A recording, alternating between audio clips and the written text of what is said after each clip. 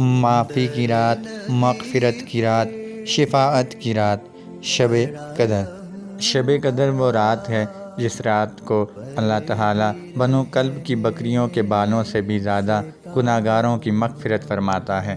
حضرت مالک بن انس رضی اللہ تعالیٰ عنہ فرماتے ہیں کہ حضور صلی اللہ علیہ وآلہ وسلم کو تمام امتوں کی عمریں دکھائی گئیں تو اپنی امت کی عمریں چھوٹی پائیں تو غمگین ہوئے کہ میری امت کم عمری کی وجہ سے دوسری امتوں کی طرح نیک اعمال نہیں کر سکے گی۔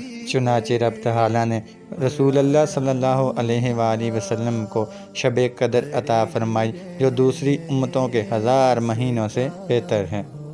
رسول اللہ صلی اللہ علیہ وآلہ وسلم نے فرمایا، جو شخص شب قدر میں اخلاص و ایمان کے ساتھ عبادت کرے گا اس کے پچھلے گناہ بخش دیے جائیں گے۔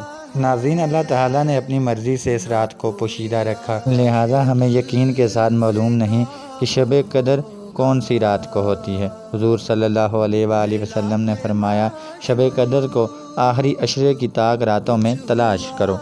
تاہم باری اور اکثریت علماء کرام کا اس بات پر اتفاق ہے کہ 27ویں شب ہی شب قدر کی رات ہے۔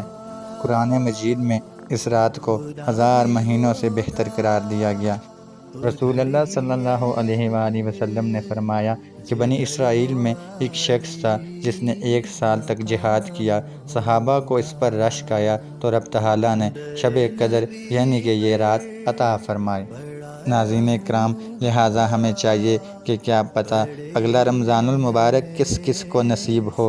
اس رمضان المبارک کو غنیمت جانتے ہوئے آخری عشرے میں خوب عبادت کر کے اپنے رب تعالیٰ کو منا سکیں۔ مانگ لو چشمے تر مانگ لو، درد دل اور حسن نظر مانگ لو، کملی والے کی نگری میں گھر مانگ لو، مانگنے کا مزہ آج کی رات ہے، عرش پر دھوم ہے فرش پر دھوم ہے وہ بدبخت جو آج محروم ہے، پھر آئے گی یہ شب کس کو معلوم ہے، ہم پہ لطف خدا آج کی رات ہے۔ جی تو ناظرین، آج کی ویڈیو سے فی الحال اتنا ہی۔ اپنی دعاؤں میں آئی تھنک فرسٹ کی پوری ٹیم کو یاد رکھیے گا۔ مجھے دیجیے اجازت، اللہ حافظ۔